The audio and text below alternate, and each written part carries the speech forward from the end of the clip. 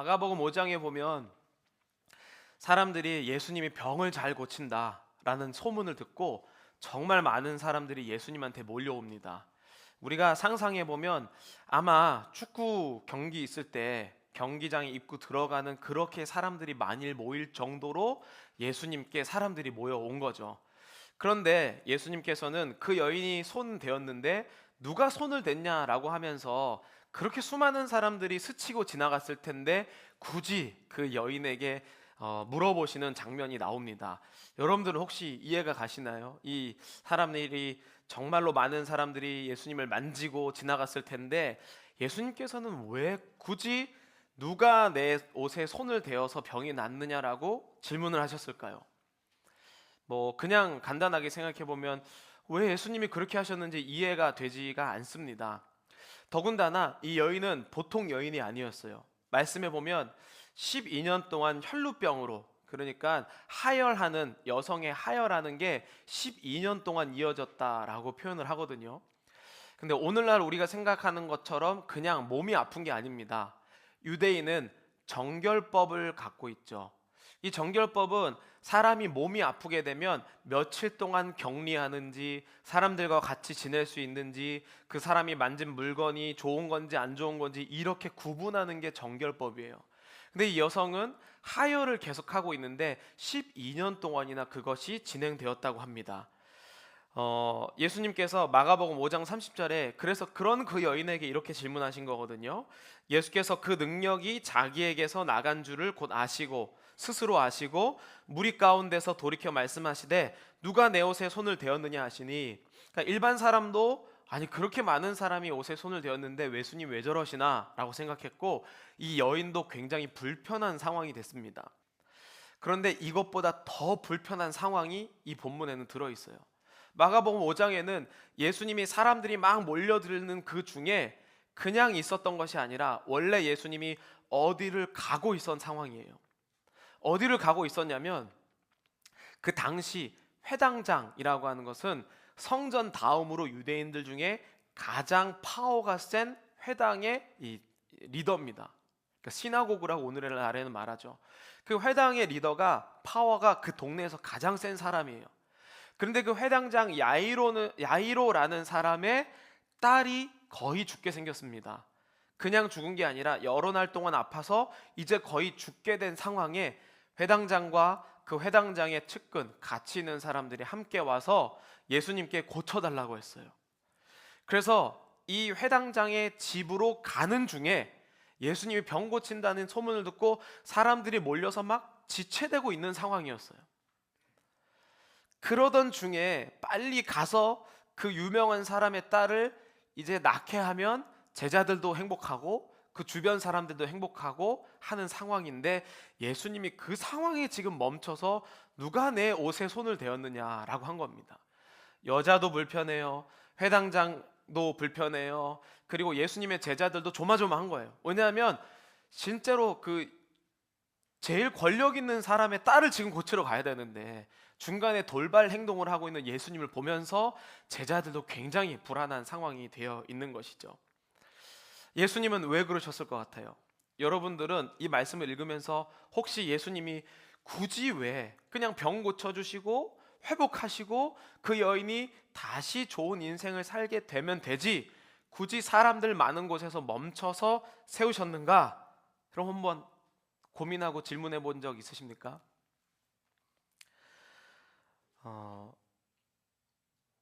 저는 이 말씀을 보면서 예수님이 그 여에게 딱 이 사람들에게 딱 얘기하자 여성이 혼자 마음에 찔려요. 그리고 이렇게 얘기합니다. 마가복음 5장 33절 34절 우리 함께 읽어보도록 하겠습니다. 여자가 자기에게 이루어진 일을 알고 그 앞에 엎드려 모든 사실을 여쭈니 예수께서 이르시되 딸아 내 믿음이 너를 구원하였으니 평안히 가라 내 병에서 놓여 건강할지어다. 아멘. 여러분 여기서 예수님이 무슨 얘기를 하냐면, 원래 이 여인이 병을 낫게 되면 제사장에 가서 7일 격리하고 제사장에 가서 제사를 드리고 제사장이 사람들에게 여인이 다 낫습니다라고 선포하면 그 다음에 이제 일상생활을 가는 거예요.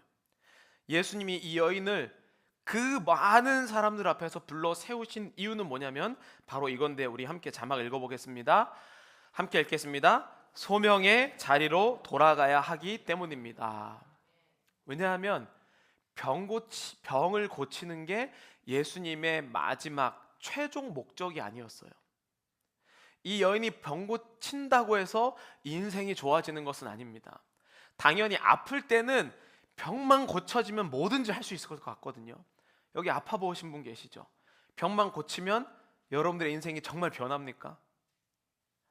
이 여인이 병을 고치고 나서 예수님께서는 제사장이 할 일까지 한 번에 하세요. 그래서 사람들 앞에서 이 여인은 이제 죄인도 아니고 아픈 사람도 아니고 이 여인은 이제 일상생활이 가능한 사람으로 선포하고 계시는 거예요. 그러니까 예수님은 병 고치는 것이 목적이 아니라 이 여인이 진짜 자기 원래 하나님이 이 여성을 보내셨던 소명의 자리로 돌아가는 것까지 생각하고 계신다는 거예요. 우리 두 번째 자막 한번 읽어보도록 하겠습니다. 병 고침이 끝이 아니다. 네. 그러니까 많은 사람들이 교회에 올 때 다 힘들고 어려워서 옵니다. 병을 고치려고 와요. 때로는 사업이 잘 안 돼서 오고 마음이 너무 힘들어서 와요.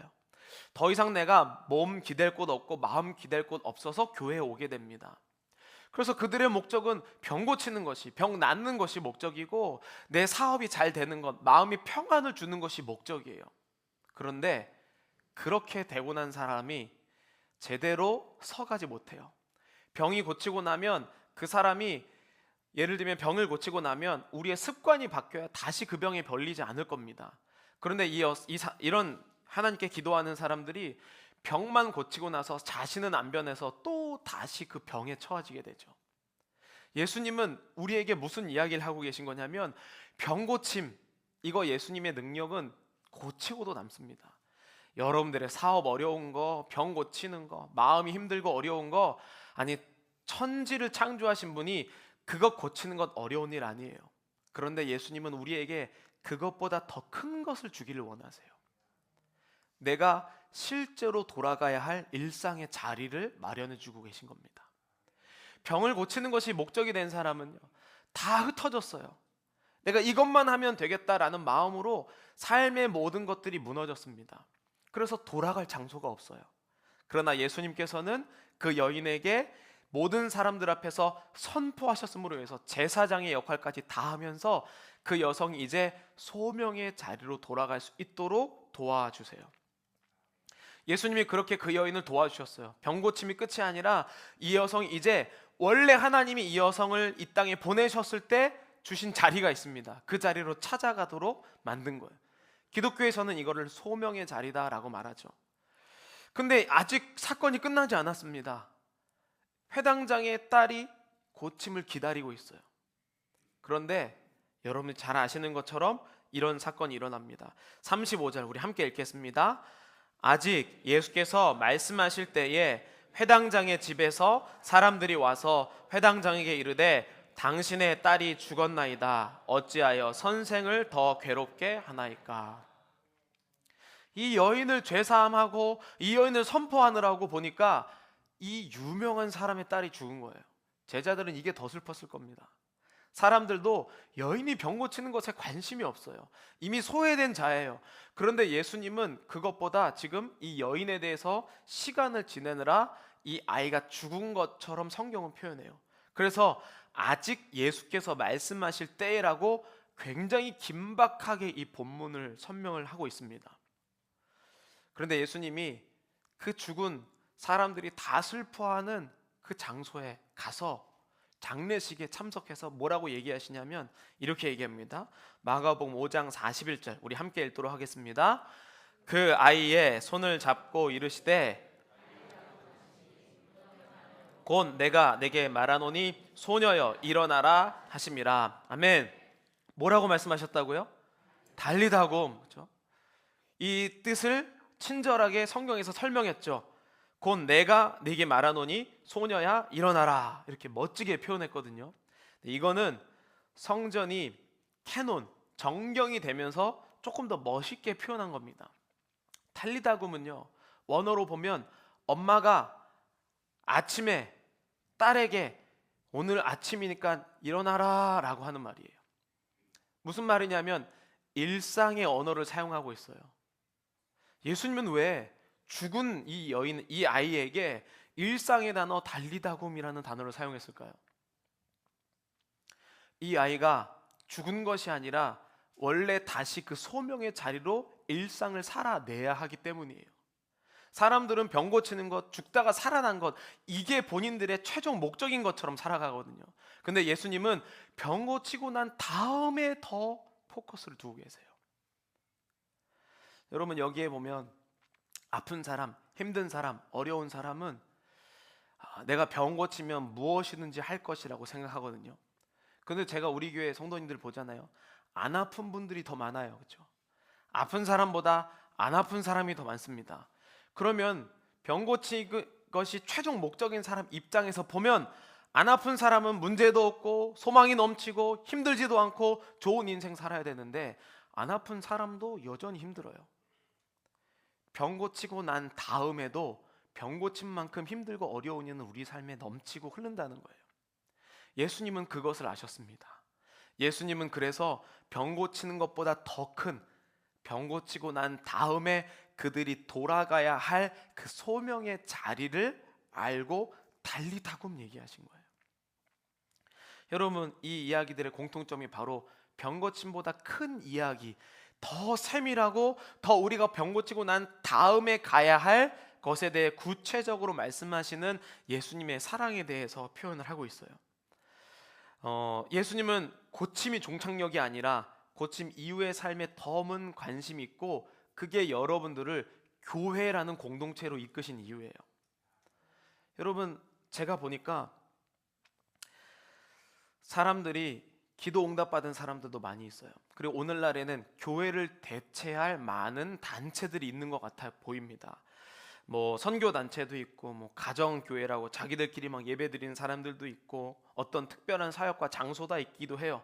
선교회도 있고 여러 가지 뭐 도심 선교 여러 가지 것들이 있습니다.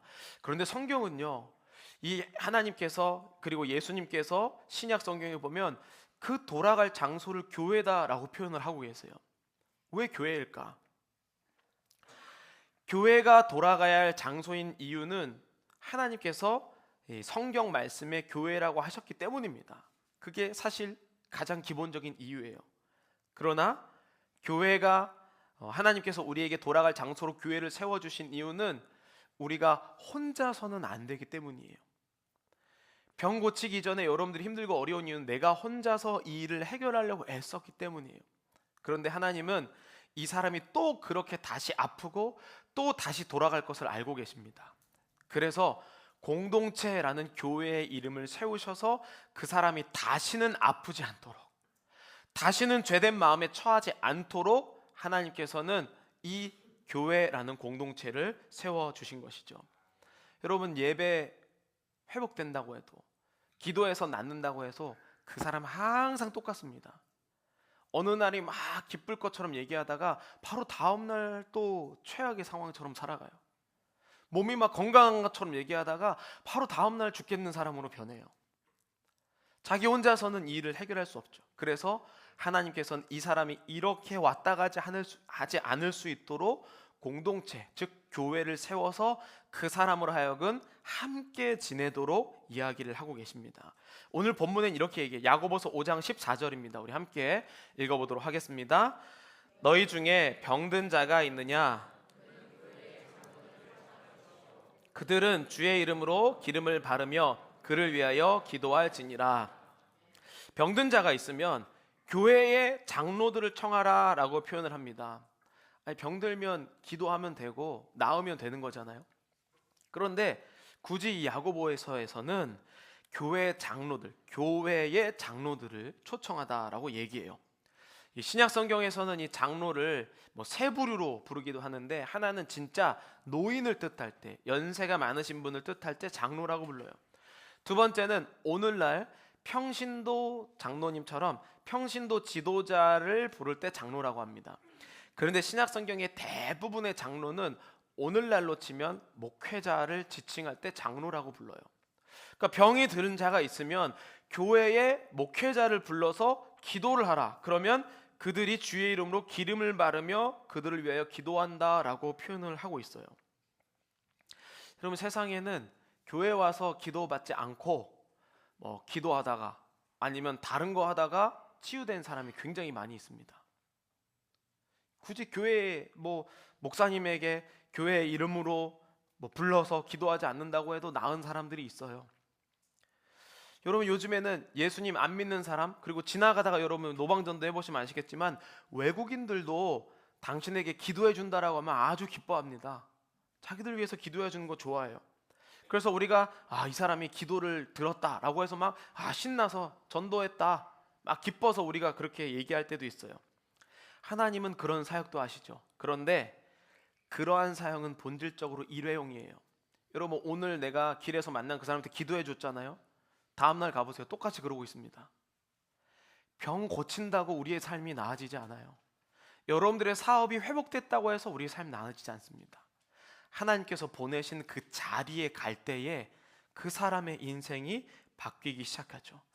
그래서 교회라는 것을 하나님이 세우셔서 더 이상 그런 길을 가지 않도록 하나님이 교회의 이름으로 그들을 부르고 계신 것이죠. 저는 사실 이거를 안 믿었던 사람 중에 한 명이에요. 아니, 그냥 의미만 있으면 되지, 그냥 하나님이 그렇게 작은 교회 같은데 역사하실까? 더 큰 하나님이신데. 그런데 그렇지가 않더라고요. 초대교회는 이 장로들을 세우기 위해서, 이 목회자 한 사람을 세우기 위해서 엄청난 핍박과 어려움을 당했습니다. 오늘 이 말씀은 야고보서인데요. 야고보서는 예수님의 동생 야고보를 얘기해요. 예수님의 동생 야고보는 예수님을 어린 시절부터 보고 또 예수님의 동생 야고보를 중심으로 해서 이 초대교회의 리더의 가장 강력한 리더가 이 바로 야고보였습니다. 베드로보다는 야고보가 진짜 리더였어요. 그래서 왜냐하면 야고보는 예수님의 어린 시절도 보고 예수님의 죽으심과 부활을 다 본 진짜 눈으로 본 증인이었기 때문이에요. 그래서 야고보도 자기들과 마음에 맞는 그 사람들과 신앙생활하는 게 얼마나 좋았는지 몰라요. 그런데 하나님은 이 야고보를 통해서 교회를 세우라고 계속 말씀하시는 거예요. 여러분, 굳이 우리가 맘 맞는 사람, 좋은 사람, 행복한 사람만 예배 드릴 수 있는데 야고보가 교회를 세우면서 그 리더들을 세우고 7 집사를 세우고 하면서 얼마나 힘들고 어려웠는지 몰라요. 왜 하나님이 그런 일을 하도록 하셨을까요? 자기들만 있으면 좋고, 그리고 예수님을 직접 본 사람이 있는 시대잖아요. 그러니까 자기들은 설명할 필요가 없어요. 못 봤던 사람은 그러니까 예수님이 이때 이렇게 말씀하셨거든, 이거 다 설명해 줘야 되는데, 야고보 시대의 사람은 설명이 필요가 없었습니다. 직접 봤는데 무슨 설명이 필요해요. 그러니까 자기들끼리 너무 행복하고 기쁜 공동체였죠. 그런데 하나님은 그 야고보와 그 공동체에게 핍박이라는 걸 사용하셔서 이들을 싹 흩트러셨어요.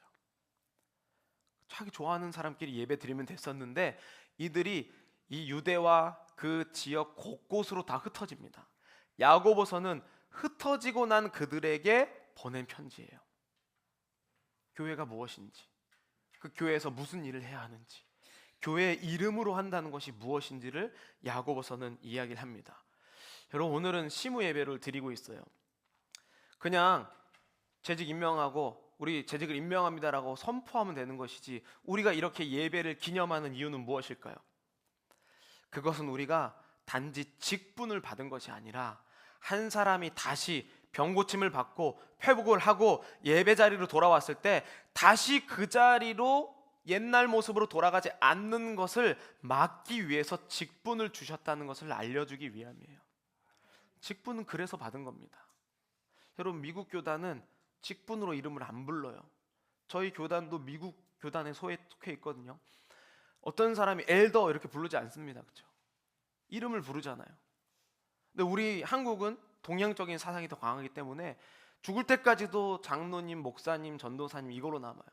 그런데 저는 사실은 직분은 하나님이 그 사람이 보내준 자리에 있을 때 빛나는 것이지, 직분을 직함으로 부르는 것은 거의 의미가 없습니다. 이 조직을 하나님께서 만드신 이유는 뭐냐면, 그렇게 수많은 사람들이 하나님의 은혜를 받아요. 병고침도 받고 회복도 받습니다. 그런데 다시 또 그 자리로 가 있는 거예요. 하나님이 직분을 세우신 이유는 그 사람들이 다시 그 자리로 가지 않을 수 있도록 미리 직분자를 세워서 공동체 안에 그들을 두시기 위함입니다. 여러분, 그러니 직분이 얼마나 중요해요. 저는 참 행동이 조심하려고 애를 쓰거든요. 원래는 이렇게 신중한 사람이에요. 굉장히 성격이 급합니다. 그런데 이제 직분을 받고 나서는 성격이 급할 수가 없어요. 왜냐면 내 성격 급한 대로 했다가 사람이 만약에 상처받아서 다시 하나님 안 믿는 사람으로 가면 어떡해? 내 직분이 있는데요. 교회 장로들이라는 거, 여기 우리 권수남 장로님 계시지만 저는 태어나서 행복 이발관 가기 전까지는 이발관이라는 데를 아버지 갈 때도 한 번도 안 가봤어요. 2대8 머리를 해본 적이 없어요. 그런데 뭐 제가 우리 교회에 이발관을 하고 계시는데, 그렇죠? 제가 거기에 가서 지금은 이발관이 더 편하대. 근데 권사님이랑 머리가 좀 더 길다 짧다 이런 얘기를 할 때가 있긴 하지만, 그래도 제가 그 이발관에 직분자니까 우리 교회 성도님의 가는 게 정말 좋지 않습니까? 저는 아직도 옷차림이 아직도 젊은지 모르겠지만 청바지에 모자 쓰고 다니는 게 제일 편해요. 근데 아마 평소에 저 만나보신 분 아시겠지만 티셔츠도 안 입습니다. 면바지를 한국에서 똑같은 거 10장을 샀어요. 그거 맨날 돌려가면서 입고 위에 셔츠로 계속 돌아가면서 입는 거예요. 혹시라도 저 목사님이 저렇게 입고 다니는 거를 상처받을까 봐. 대부분의 사람들은 안 그래요. 다 좋아하시니까, 그렇죠? 그런데 모 목사가 저래 라고 해서 혹시 그 사람이 다시 그 자리로 돌아갈까 봐. 그게 직분자의 행동들 아니겠습니까? 여러분, 목사는 왜 자유가 없습니까? 제가 아까 일부에도 말씀드렸는데 전 정장을 너무 싫어해요. 너무 귀찮아. 그런데도 정장을 입는 이유가 뭐예요? 혹시라도 이 중에서 목사님이 정장 안 입고 설교해서 상처받는 사람이 있어요. 여러분, 있어요. 그것 때문에 직분자로서 살아가는 거죠. 직분은 그런 겁니다. 여러분, 오늘 본문이 야고보서잖아요. 근데 야고보서에 특징이 있어요. 행함이 없는 믿음은 죽은 믿음이다. 이거 굉장히 유명해요. 근데 로마서의 믿음은 뭐냐면 믿음으로 의인에 이른다라고 표현해요. 근데 로마서와 야고보서가 항상 싸웁니다. 야, 믿으면 돼, 이렇게 얘기해요. 야고보서는 믿으면 뭐하냐, 행함이 없으면 안 되지. 이 두 사람이 교회 안에서도 싸워요. 완전히 잘못된 질문입니다. 이 질문은요, 로마서는 예수님 믿기 이전에 하는 사람들에게 하는 질문이에요. 예수님 믿는 것은 여러분들이 행함으로 구원 못 받습니다. 로마서는 그래서 믿음으로만 구원을 받을 수 있다고 얘기해요. 근데 믿고 나서는요, 행하지 않는 사람은 증거가 없는 거예요. 그래서 이것은 단계가 다른 것이죠. 여러분, 직분자는 뭐냐면 믿은 사람이 직분이 되는 거예요. 직분을 했는데 행함이 없고 사람들이 상처받고 사람들이 떠났는데 자신의 자유를 포기하지 못한다면 그것은 직분이라고 볼 수가 없죠. 여러분, 제가 여지껏 살아온 거 혼자 살아온 거 아닙니다. 저를 키워준 모교회가 있어요. 저희 아버지가 개척하셔서 지금 43년 동안 목회하고 계신 그 교회, 어렸을 때 제가 말썽 부리고 힘들고 어렵게 해도 다 받아준 그 교회가 저를 만들었고, 우리 교회에 제가 전도사로 와서 다음에 목사 안수 받고 그 다음에 담임 목회자 지금 3년 4년 차 이르기까지 저를 키워주고 길러준 성도님이 있기 때문에 제가 있는 거죠. 그게 교회의 역할이고 직분자가 공급을 받고 그 공급을 다시 주는 과정입니다. 그러니까 병 고침 자체가 목적이라면 용한 데 가서 기도하세요. 여러분, 용한 권사님들 많이 계세요, 주변에. 용한 권사님에 가서 기도 받는 게 아니라 왜 교회의 장로들을 청하여서 기도 받냐면 병 고침이 끝이 아니기 때문이에요. 여러분들이 상처 받으면 그 상처는 다시 여러분들을 부르게 되어 있습니다. 그러나 교회라는 공동체는 직분자들이 세워질 때 그 사람들로 말미암아 여러분들이 다시는 돌아가지 않는 그러한 여러분들의 삶이 이루어진다는 것이죠. 여러분, 제가 담임 목사가 되고 나서 처음으로 옮긴 장소가 바로 이 장소예요. 뭐 할 줄 아는 게 없잖아요. 그런데 저는 우리 이현 장로님 또 구재영 장로님 계약할 때 막 건물이랑 정말 많이 연락하면서 하나하나 이걸 보면 그게 다 떠올라요. 처음에 이 카페트 깔았을 때 이 카페트는 건물에서 깔아준 거거든요. 혹시 저 마감이 잘못되면 어떨까? 이 카페트를 선택할 때 이 무늬가 너무 심하면 어떡한가? 여러분, 이 천정이 제일 난관이었거든요. 이 천정에 저 파이프 있잖아요. 저 파이프를 저희가 다 제거했는데 이 스프링클러 파이프는 제거하면 안 되는데 강대상이 원래 저쪽으로 했다가 이쪽으로 옮긴 이유가 저 스프링클러 파이프를 제거하지 못하기 때문이었어요. 그런데 그래서 요 가운데 걸 제거해도 된다고 했는데 마지막에 안 된다고 해서 한 일주일 동안은 굉장히 우울했습니다. 그게 다 보여요, 그렇죠? 저 같은 이 연약한 담임 목회자도 이 재료 하나하나를 보면서 그때 그 생각이 나요. 내가 여기를 왜 여기에 어포인먼트 했는지, 왜 여기다 이것을 갖다 놨는지, 이것은 왜 이 무늬인지. 하나님이 이 땅에 여러분들을 보내셨을 때 제가 이 건물을 아는 것보다 여러분들을 세세하게 알고 계세요. 여러분들 정말로 세세하게 알고 계셔서 그 사람을 만나게 하신 거고, 그 교회를 만나게 하신 거고, 그 교회에서 여러분들 그 역할을 하도록 하나님이 부르신 겁니다. 그게 시무 예배, 우리가 이렇게 하나님의 말씀을 기억하는 이유입니다. 저는 여러분들이 하나님께서 직분을 주셨고, 여러분들 하나님께서 성도로 부르셨고, 공동체를 만나게 하셨고, 이 모든 것이 우연이 아니라 하나님의 섭리임을 믿으며 오늘 여러분들 가운데 그것을 위해 기도하고 축복하는 일이 있기를 간절히 원합니다.